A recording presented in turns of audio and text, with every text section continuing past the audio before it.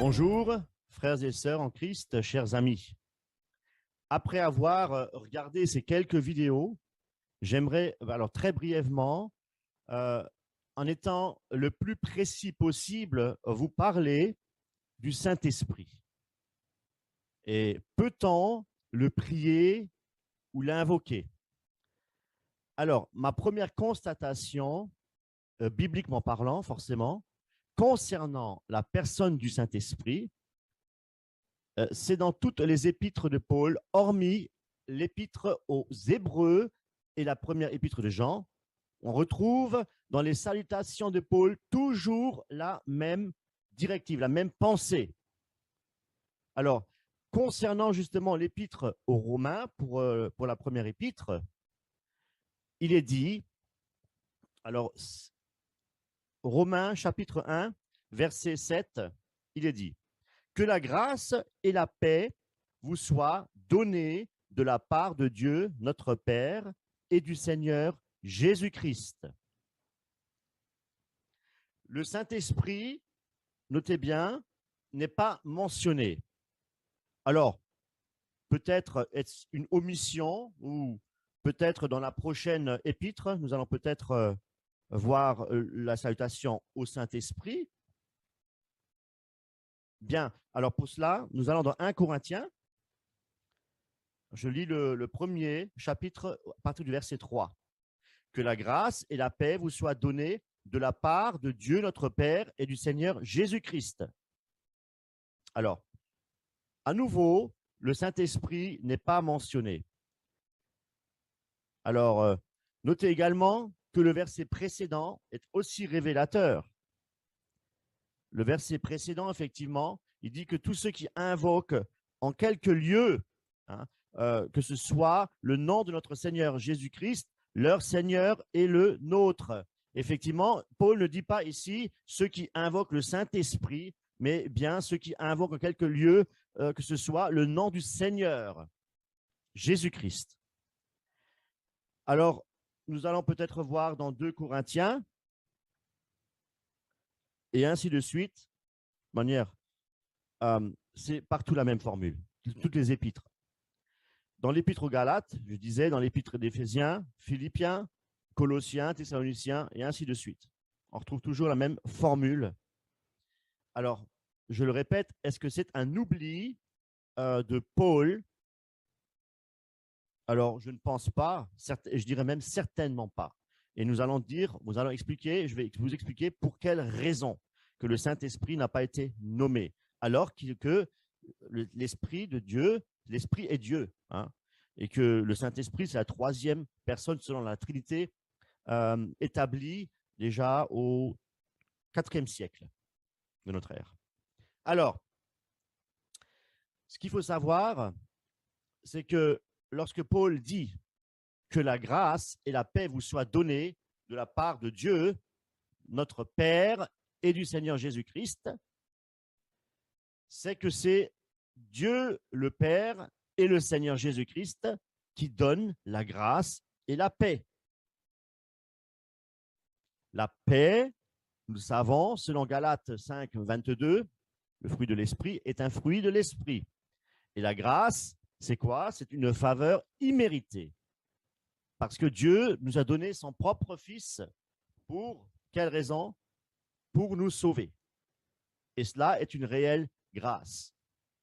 Alors, comment faut-il comprendre cela? Si le Saint-Esprit est Dieu, alors il pourrait aussi nous donner la paix et la grâce, non?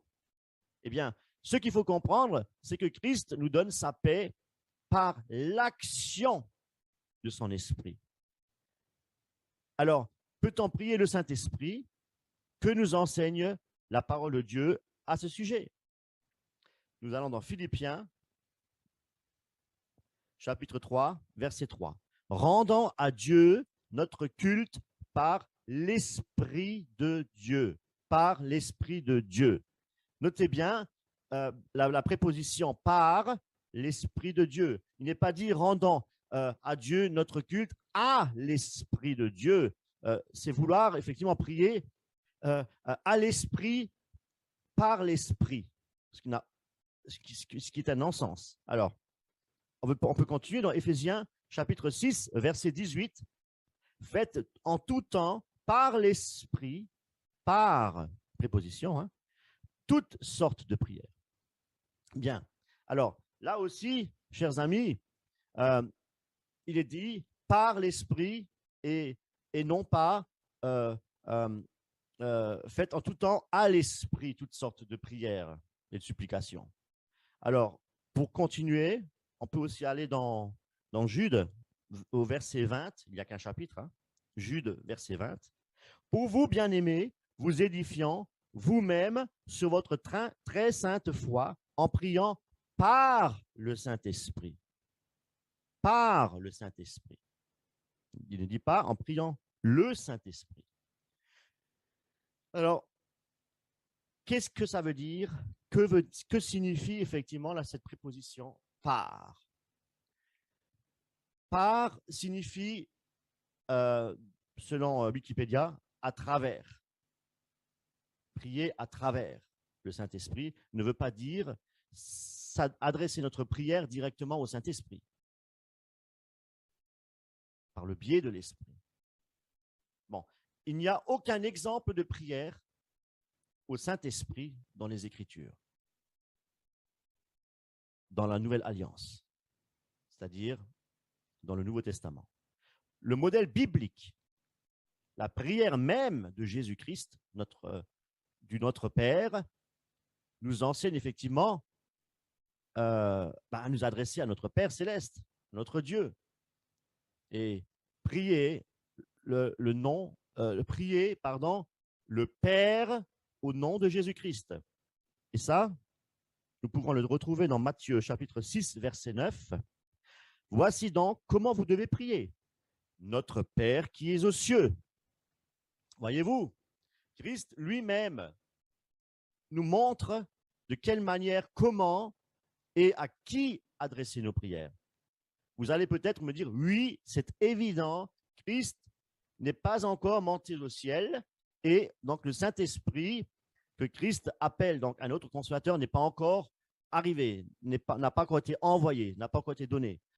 Pensez-vous qu'après la Pentecôte, le Saint-Esprit, qui est censé nous enseigner toutes choses, aurait une seule fois dit, voici donc comment vous devez prier. Saint-Esprit qui est aux cieux, que ton nom soit sanctifié. Pour Jean 16, verset 13, il est dit, il vous conduira dans toute la vérité, car il ne parlera pas par lui-même, il me glorifiera. Le Saint-Esprit glorifie Jésus. Nous apprenons effectivement, oui, que l'Esprit de Dieu, le rôle principal du Saint-Esprit, c'est de glorifier Jésus-Christ. Ce qui veut dire que la gloire ne revient pas au Saint-Esprit. C'est clair, mais c'est clair. La gloire ne revient pas au Saint-Esprit. Donc, par déduction, adorer, glorifier la présence du Saint-Esprit n'est pas scripturaire. Ce n'est pas scripturaire.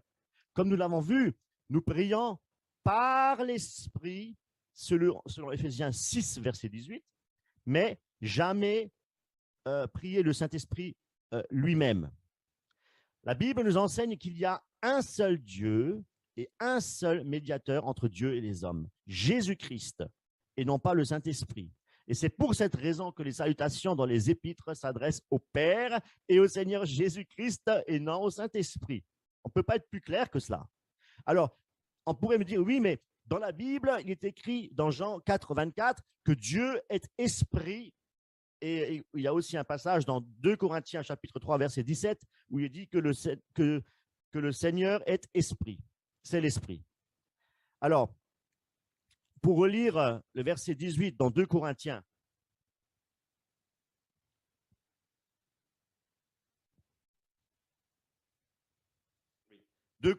au verset 2 Corinthiens chapitre 3, nous tous qui avons effectivement, la Bible nous dit, oui, nous tous qui, dont le visage découvert, reflète la gloire du Seigneur, nous sommes transformés en la même image de gloire en gloire par l'Esprit du Seigneur.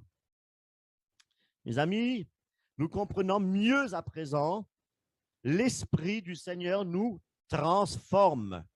Il habite en nous pour nous transformés à quoi? À l'image de Christ. L'Esprit de Dieu, le Saint-Esprit, nous transforme pour porter du fruit. Porter du fruit pour qui? Pour la gloire du Saint-Esprit? Pour l'adorer? Certainement pas. Là encore, Christ nous montre qui nous devons adorer et invoquer. Et pour cela, nous allons dans Jean, chapitre 4, verset 23. Mais l'heure vient, et elle est déjà venue, où les vrais adorateurs adoreront le Père en esprit et en vérité. Car ce sont là les adorateurs que le Père demande. Voyez-vous? Mais l'heure vient, et elle est déjà venue, où les vrais adorateurs adoreront le Père en esprit et en vérité. Car ce sont là les adorateurs que le Père demande d'adorer le Père en esprit. Il ne dit pas d'adorer le Saint-Esprit. Excusez-moi. La vraie prière est la prière de l'Esprit, par l'Esprit, pardon. La prière par le Saint-Esprit. Si nous prions par le Saint-Esprit, nous ne pouvons pas prier le Saint-Esprit par son esprit. Soyons logiques. Pourquoi appeler, invoquer le Saint-Esprit s'il est déjà en nous, s'il demeure déjà en nous, hein, pour nous rendre semblables à Christ? S'il est déjà en nous. Lorsque nous prions le Père pour qu'il nous guide, pour que nos prières soient inspirées par son Esprit Saint. Mais priez le Père pour que l'Esprit qui habite en nous pleinement, pour que nous puissions, que nos prières soient inspirées, guidées par l'Esprit de Dieu qui habite déjà en nous. Donc, nous n'avons pas au préalable besoin de l'invoquer pour créer une atmosphère charismatique, hein, où des choses se passent, des choses étranges se passent, alors que l'Esprit de Dieu habite déjà en nous. Plaçons-nous dans la présence de Dieu et non pas dans la présence du Saint-Esprit. Il est en nous. Plaçons-nous devant notre Dieu, adorons notre Dieu en esprit et en vérité. N'invoquons pas le Saint-Esprit pour nous attendre, oui, à tous ces phénomènes, comme je disais, surnaturels. Hein. On appelle souvent l'Église du surnaturel. Venez chercher votre miracle, etc. Là, on invoque l'Esprit, on invoque le Saint-Esprit. Hein. On n'a même pas encore prêché l'Évangile. L'Évangile n'a pas encore été prêché. Christ n'a pas été prêché pour être glorifié. Hein, parce que le Saint-Esprit se manifeste effectivement par des signes, des prodiges et des miracles que je crois, mais que je crois vraiment. Mais si au préalable, l'Évangile n'a pas été prêché, est-ce réellement l'activité du Saint-Esprit? Les guérisons et les miracles, etc. On n'a pas besoin de ressentir les choses. Nous n'avons pas besoin de venir pour voir les choses, pour ressentir les choses. L'Esprit habite en nous, que nous soyons à la maison ou dans une salle. C'est encore différent. Il y a ce phénomène de masse, d'ambiance. Hein. Eh bien, ne recherchons pas le surnaturel, l'école du surnaturel, l'église des miracles, etc. Nous voyons que cela, ça pullule dans toutes les chaînes YouTube, nous voyons que cela. Comme si le Saint-Esprit était quelque chose une magie. Hein. C'est une sorte de magie. Nous invoquons l'Esprit de Dieu. Saint-Esprit vient. Hein. Pour ne pas nommer Benny Hinn, qui lui avait écrit un livre s'intitulant « Bonjour Saint-Esprit ». Mais de qui se moque-t-on? De qui se moque-t-on? Bien, non. Alors, moi, je peux vous dire que Jésus-Christ nous a enseigné et nous a dit, quand tu pries, tu entres dans ta chambre, tu fermes ta porte et tu pries ton Père qui est là dans le secret. Mais Jésus nous le dit, tu pries ton Père qui est dans le secret. Il ne dit pas, recherche la présence du Saint-Esprit. Appelle, invoque le Saint-Esprit. il va te transformer, il va... Non, on ne va pas parler au Saint-Esprit, transforme-moi. Non, Dieu, Seigneur mon Dieu, Dieu Tout-Puissant, Père Céleste, Dieu des armées, Éternel des armées, transforme-moi à l'image de Christ par ton Saint-Esprit. Voilà une prière agréée par le Seigneur. Alors non, il faut invoquer le Saint-Esprit comme si c'était quelque chose de séparé de Christ et de Dieu, alors que c'est l'Esprit de Dieu, c'est l'Esprit de Jésus. Comme si on s'attend à quelque chose. Ouh là là, attention, le Saint-Esprit est là. Il fait des choses incroyables. Attendons-nous à voir des choses spectaculaires, des émotions, remplissant la salle de lumière, de jeux de lumière, remplissant la salle de nappes de string, hein, c'est-à-dire c'est des au synthétiseur, des sons pour, comment dire, pour rentrer en extase, qui est très, très utilisé dans le New Age, hein, et dans le yoga. Regardez sur Internet, regardez, vous verrez que dans le yoga, dans toutes ces choses d'énergie, etc., positives, toutes ces choses démoniaques, on a toujours une musique de fond, de relaxation avec ces sons synthés. Voilà, et c'est comme ça qu'on invoque le Saint-Esprit. Mais croyez-vous réellement, chers amis, que c'est l'Esprit de Dieu qui se manifeste? Le croyez-vous réellement? Si Christ nous dit, quand tu pries, entre dans ta chambre, ferme la porte, et ton Père, et prie ton Père. Mais nous devons obéir à Christ, non? Nous devons être des lumières dans ce monde, dans l'obéissance de Christ à travers sa parole. Et si Christ nous enseigne de prier le Père, alors de quel droit nous nous permettons de prier le Saint-Esprit alors que ce n'est même pas évoqué une seule fois dans le Nouveau Testament? Alors, l'Esprit de Dieu habite en nous, mes amis. Nous sommes scellés de l'Esprit. Christ habite en nous par son Esprit. Et Dieu, le Père, habite en nous par son Esprit. L'Esprit de Dieu et l'Esprit de Christ, mes amis. Qu'est-ce qu'on cherche encore? Toujours vouloir la chair, ressentir des choses, expérimenter la puissance du Saint-Esprit, etc. Mais mes amis, la plus grande puissance que le Saint-Esprit opère dans le cœur de l'homme, c'est sa transformation pour porter du fruit à la gloire de Dieu. Mes amis, il n'y a rien d'autre. Il n'y a rien d'autre pour l'homme. Nous sommes une vapeur qui passe. Nous ne sommes rien.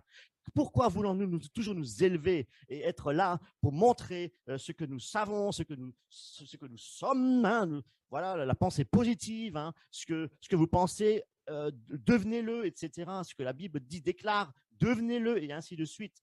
Non, mes amis, nous devons être et travailler dans l'humilité. Jésus-Christ, notre modèle, est un modèle d'humilité. D'humilité.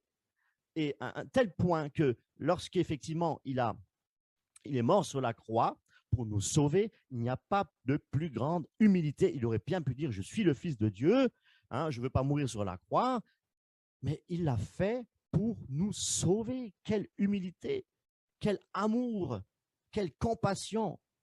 Et nous attendons encore la révélation de l'Esprit, que le Saint-Esprit descende, etc. Mais mes amis, le plus grand miracle, c'est la nouvelle naissance. C'est d'être né d'en haut. Et ça, c'est la puissance du Saint-Esprit. Je crois au Seigneur Jésus-Christ. Nous n'avons pas besoin d'une deuxième expérience, comme l'enseignent les pentecôtistes. Nous n'avons pas besoin d'une deuxième expérience. L'Esprit de Dieu a été donné le jour de la Pentecôte. Et l'Esprit habite en nous aujourd'hui. Si nous sommes chrétiens, nous suivons le Seigneur, et si nous avons fait de Jésus-Christ notre Seigneur, notre Sauveur, il habite en nous et il nous donne par son Esprit cette capacité de porter du fruit pour que Jésus-Christ soit glorifié, et non pas le Saint-Esprit, mes amis. L'Esprit de Dieu habite en nous. Et l'Esprit de Dieu connaît la volonté de Dieu. Ça, c'est ce que je vous dis, c'est écrit dans la parole. Et si je prie le Père au nom de Jésus-Christ, le Saint-Esprit connaissant effectivement les profondeurs de Dieu, qu'est-ce qu'il va faire? Eh bien, il va nous enseigner toutes choses. Christ a dit, je vous envoie le Saint-Esprit afin qu'il vous enseigne toutes choses. Et là, nous pouvons aussi aller dans 1 Corinthiens chapitre 2, verset 10. Dieu nous les a révélés par l'Esprit, car l'Esprit sonde tout, même les profondeurs de Dieu. Voyez-vous? Chers amis, il y aurait tant de choses à dire. Mais pour que la vidéo justement ne soit pas trop longue, je préfère m'arrêter là.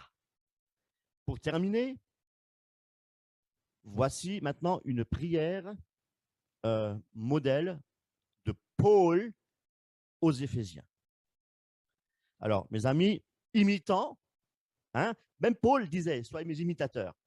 Nous pouvons imiter Paul dans ses dires, dans ce qu'il nous enseigne, parce que lui-même était soumis au Saint-Esprit et à Jésus-Christ. Et c'est par l'Esprit qui nous a révélé les profondeurs de Dieu dans sa parole. Gloire à Dieu. Soyons donc des imitateurs de Christ et aussi imitons le modèle de prière de l'apôtre Paul. Éphésiens 1, versets 17 à 19.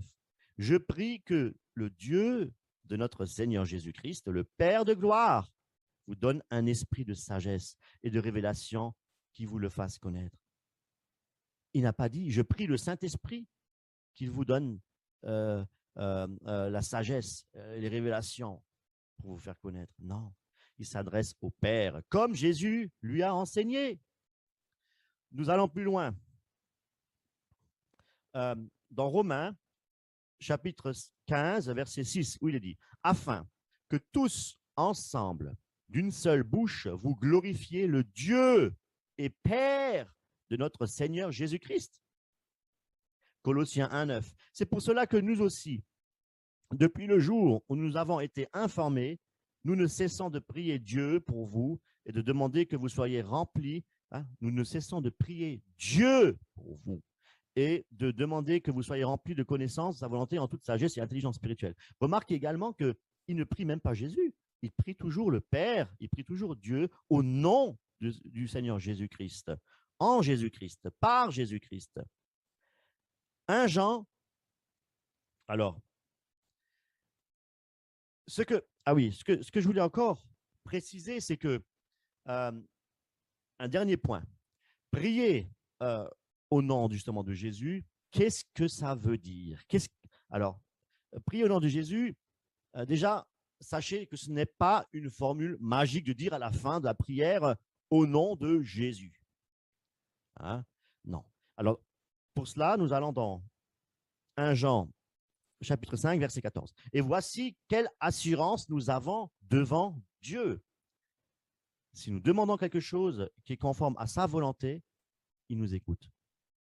Devant Dieu. Eh bien, prier au nom de Jésus, c'est prier pour que ceux qui honorent et glorifient Jésus, si notre Père, comment je peux expliquer ça? Dieu, voilà, si nous prions, si toutes nos prières sont adressées à Dieu, eh bien, à notre Père, forcément, si nous prions notre Père, et si nos prières sont selon sa volonté, eh bien, Jésus sera à ce moment-là honoré et il sera glorifié. C'est pourquoi, justement, nous devons demander à notre Père Céleste de prier par l'Esprit. C'est important. Prier fait toutes choses aussi par le Saint-Esprit. Nous devons prier le Père qui nous donne cette capacité, effectivement, d'être dirigés par l'Esprit pour que nos prières soient, effectivement, spirituelles, hein, conformes à la volonté de Dieu. Pour résumer, prier au nom de Jésus, c'est prier pour des choses qui sont effectivement conformes à la volonté de Dieu. Et tout cela par la puissance de son esprit. N'a-t-il pas dit que le Saint-Esprit est une puissance pour nous transformer? C'est une puissance aussi pour faire des guérisons et des miracles. C'est une puissance. L'esprit qui se mouvait au-dessus des eaux, hein? C'est une puissance. Eh bien, la chair ne peut pas faire la volonté de Dieu si nous n'avons pas l'Esprit de Dieu. Nous essayons par la religion effectivement, de faire la volonté de Dieu à travers la chair. Si nous n'avons pas l'Esprit de Dieu, eh bien, nous n'y arriverons pas. Hein, parce que c'est l'Esprit de Dieu qui nous pousse au vouloir et au faire aussi. Donc, demandant au Seigneur, demandant à Dieu de nous renouveler chaque jour par son esprit. Et il le fera pour pouvoir porter du fruit. Si nous lisons effectivement toutes les épîtres avec l'Esprit de Dieu, on se rendra vite compte que les apôtres s'adressent toujours au Père, au nom de Jésus-Christ, par le Saint-Esprit, au travers de l'Esprit. C'est ce que nous appelons, effectivement, comme j'ai déjà expliqué communément, la triunité. Alors, je terminerai encore avec une prière, en fait, de l'Épître aux Hébreux. Eh bien, nous reconnaissons par cet auteur qu'il s'adressait aussi à Dieu le Père, hein, au nom de Jésus-Christ. Alors, sachez que Paul, Pierre, Jacques, Jean priaient toujours de la même manière, de la même façon, à l'exemple de la prière du modèle de Jésus-Christ, à savoir prier le Père. Et là, nous allons effectivement dans Hébreux chapitre 13, verset 20. Tout est bien. Que le Dieu de paix, qui a ramené d'entre les morts le grand pasteur des brebis, par le sang d'une alliance éternelle, notre Seigneur Jésus, vous rende capable, hein, que Dieu nous rende capable de toute bonne œuvre pour l'accomplissement de sa volonté et fasse en vous tout ce qui lui est agréable par Jésus-Christ, auquel soit la gloire au siècle des siècles. Amen. Et cela, forcément, par la puissance du Saint-Esprit. Voilà. Alors, mes amis, soyez richement bénis. Que Dieu vous bénisse. Amen.